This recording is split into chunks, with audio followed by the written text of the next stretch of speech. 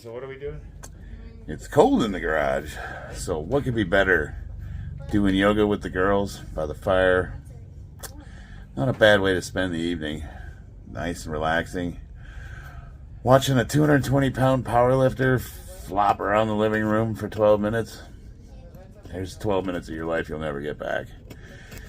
But, hey, maybe we'll talk about something interesting.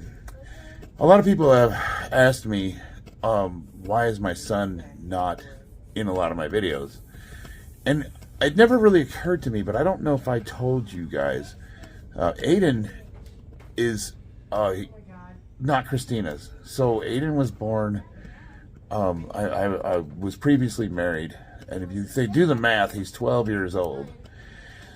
And how long have I been sober? Yep.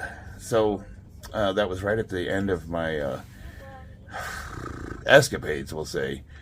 And my son was born, and I was really at my worst. It was like, I really tried to be sober when he was born, but I just couldn't pull it together. And then I had an accident at Olin. A reactor exploded, a chlorine reactor. I know I've talked about this before. I was starting a 3-stage turbine compressor and had double hearing protection in, and they were starting a bleach reactor. Now what that is, it's anhydrous chlorine. So basically liquefied chlorine gas. It's compressed and liquefied. Gets sent to a reactor that has sodium hydroxide in it, which is caustic soda, or lye, as you guys might more commonly know. And what it does is it's a big reactor. It basically flows in a circle, and it goes into a tank that mixes them. And there's a section of piping that bleeds off the liquefied chlorine, and as it goes into that expansion of pipe, it turns into gas. And the gas mixes in that reactor, and it creates bleach. Now, how you're able to tell when the bleach is at industrial strength, which is about 14%, the stuff you get in the store is like, what, 4 or 5%? So it's stronger than pool bleach, are ORP meters. They're basically meters that, how do you describe an ORP meter? Well, let's just say it's sort of like a pH meter, but not really. It's measuring resistance, and it'll tell you basically when the chemicals are at strength. Now, a instrument tech had come by and switched the meters out, the probes. They're made out of a special silver that are resistant to a caustic environment, but he put them in backwards. And the guy that was starting up the reactor was in there with the shift supervisor, and he'd never done it before. And the shift supervisor wanted to watch him do it. Neither of these guys knew how to do it. It was a setup for disaster. Me being the senior operator in the area at the time, I had no idea. I figured the shift supervisor is watching the new guy start up the, bleach reactor. I'm sure he's probably testing him or grilling him. I had no idea. Neither of them know how to do it. So I'm down there starting this compressor up. I can't hear anything. We got radios. Basically, he was getting a number on this thing that is not possible. Like, if you would have looked at that number, you would have said that the ORP meters aren't working, because it's not possible to get that reading. Any operator that's been there for a while would have looked at that number and said, well, that ain't working. But in his mind, he thought it was just low. So he needed to hit the override button to get the chlorine gas to it to get it started. There's an override button. So when you're first starting up dry lines, it takes a while to get that sucker going. So you can blast that thing open until you start getting a reading, and then close it, and then it does its thing automatically. Well, now imagine this. It's getting liquid chlorine into the reactor. Now, why is that bad? Well, 1 cubic foot of liquid chlorine, anhydrous liquid compressed gas that's liquefied, will expand 400 times. And it's an exothermic reaction. So when it hits that caustic soda, exothermic, hot, exothermic, boom. Well, it's already bubbling and boiling in there when it's just gas.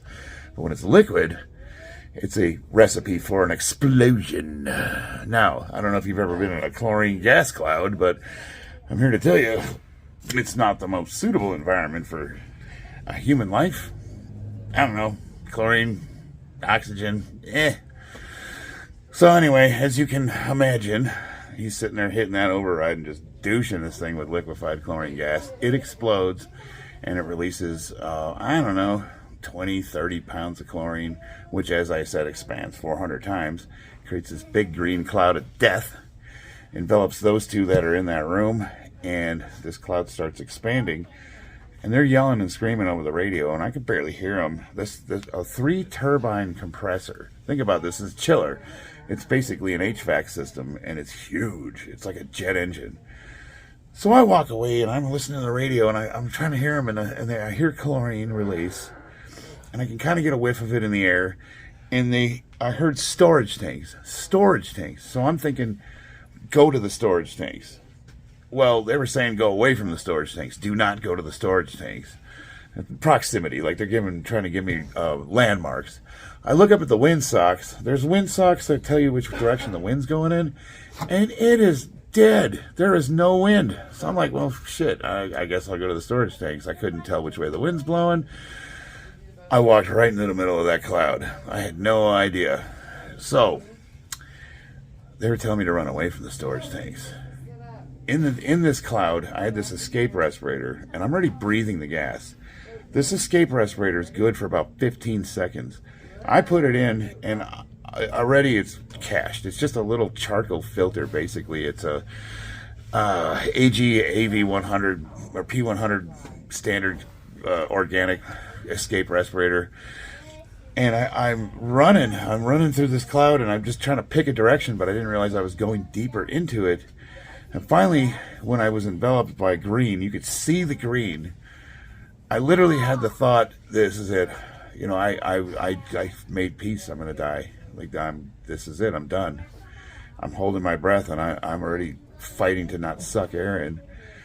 And I just knew I couldn't do it much longer. So I started to look around, and I saw one of my buddies waving at the change house, which is in a direction, and I thought, oh my God, there's a person, at least a direction to go in. So with all my might, I ran as fast as I could towards the change house, but while I was on my way there, I had to suck in air. I had to. And I breathed a big, nice lungful of this stuff. And I don't quite remember getting out of the cloud. I guess I got to the edge of it and collapsed, and they dragged me out. I do remember kind of coming to in the change house, and they were showering me, and I was puking snot and coughing, and they got me in an ambulance, and they took us to the UMC burn center, where they treated us with, we had to breathe sodium bicarbonate, and all 4 of us were in there. A couple of those guys have since passed away, and a couple of them had settlements against the company, and I never sued. I went back to work. I'm an idiot. The guy got close to $1 million. I had no idea. I'm just a dumbass. I went back to work. I didn't fault the company, but why am I telling you all that? Is it a good anecdotal story? Fun? Well, it's pertinent because I got really bad. I think I had some PTSD going on. I didn't know it at the time. I had to go see a therapist, but I started drinking while I was at work. When I went back to work, like every time an air compressor switched tanks, it would make this sound, and I would freak out. And it got so bad, I couldn't, everything in that plant I thought was trying to kill me, and I was trying to keep it together, and everybody kept checking on me and asking me how it was. And, you know, this is weeks afterwards. You know, I had some time off when I went back to work, and I started drinking at work. I'd go hide in the valve repair shed and just take a few nips. And long story short, they got wind of that, and I had to go to a rehab, and that was like the beginning of me quitting drinking. That's where it got the worst, though, when I started drinking at work. And my wife left me. My son was just born. She said I was a danger to be around, and she wasn't wrong. I do not blame her one bit at all. I'm going to make that perfectly clear. She had tons of legitimate reasons. I was a mess. I guess I was an angry drunk. She had some blackouts, and I did some things, and based on what she told me, it wasn't good stuff. And with a newborn kid in the house, absolutely, I can understand why she left. And I'm only telling you all this so you guys kind of understand, like, you know, unfortunately, my son was born, my wife left me, we got divorced, and then not shortly after that, I met Christina, and been with her, we're going on 12 years now, yeah. been sober right about 12 years. My son's right about 12 years old. And it was kind of a messy first couple of years, man. Oh, Lord. But that's why my son's not with me all the time, because he likes to spend time at Mom's house. She lives in town. We get along pretty good. So he's not with me all the time, unfortunately. I would like to get him involved more. And when he comes over, he does participate and we do all the stuff. But that's the answer to the question of why my daughter's in a lot more of these videos than I am. I know it's really personal, and I'm kind of letting you in on stuff that I don't know if I should or not. But, I mean, people can't really use it against me because I'm really open and honest about it. Like, I like, if my story can help somebody else get sober, or somebody who gets sober and doesn't see the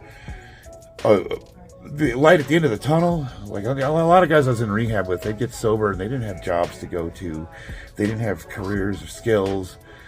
And they just didn't see how the future was going to pan out. A lot of them wound up working like menial labor, and I like to show them, look, I'm no millionaire. You see my lovely accoutrements, but I'm doing okay. And I like the guys to know, like, yeah, there is another side to this. We get better. We get better. That's the thing, man. Maybe it'll help somebody else who's struggling. So there you go. There's my yoga routine. Right? Do we even talk about yoga? I guess I'll leave parting with this. I like to do yoga a couple times a week if I can, because it helps with my injuries, physical therapy, things of that nature. And if you're a power lifter and you have issues with flexibility, doing a little bit of yoga or Pilates or stretching or whatever, Zumba, I don't know, pick one, can really, really help improve the quality of your life, for sure. So there you go. If this has helped you guys, or you're entertained in any way, shape, or form, or you hate my guts and you want to rail on me, throw me a subscription, leave a comment, do all that stuff. I love you guys.